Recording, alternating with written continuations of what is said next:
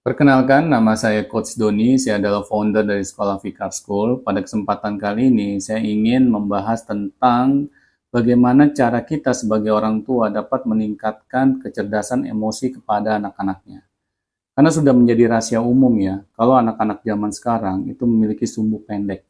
Mereka gampang sekali melontarkan emosinya. Bahkan mereka tidak berpikir panjang atas tindakan mereka. Nah, ketika kita melihat kondisi ini terjadi kepada anak-anak kita, kira-kira apa langkah yang harus kita lakukan? Yang pertama, ajarkan anak-anak kita ya, pendidikan agama. Kenapa ini sangat penting?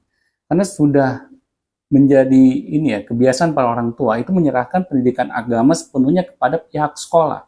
Coba pikirkan apa yang diajarkan oleh pihak sekolah kepada anak-anak kita. Kalau pihak sekolah hanya mengajarkan pendidikan agama yang tujuannya hanya mencari nilai, inilah sumber masalahnya. Nah, kita sebagai orang tua malah di sini harus berperan memberikan pendidikan agama kepada anak-anaknya, terutama pendidikan akhlak dan budi pekerti. Cukup itu saja yang kita ajarkan kepada anak-anak kita. Kita tidak usah membahas masalah fikih, hadis, itu bukan kesana caranya orang tua dalam memberikan pendidikan agama kepada anak-anaknya. Yang kedua, sering-sering kita mengajak diskusi anak-anak kita tentang keadaan dunia saat ini. Bukan kita mengajak anak-anak kita ini ya, kita berbicara soal politik atau soal yang anak-anak kita tidak pahami, tapi coba kita bahas apa kejadian-kejadian yang bisa membuat kita sebagai orang tua memiliki ikatan batin kepada anak-anaknya.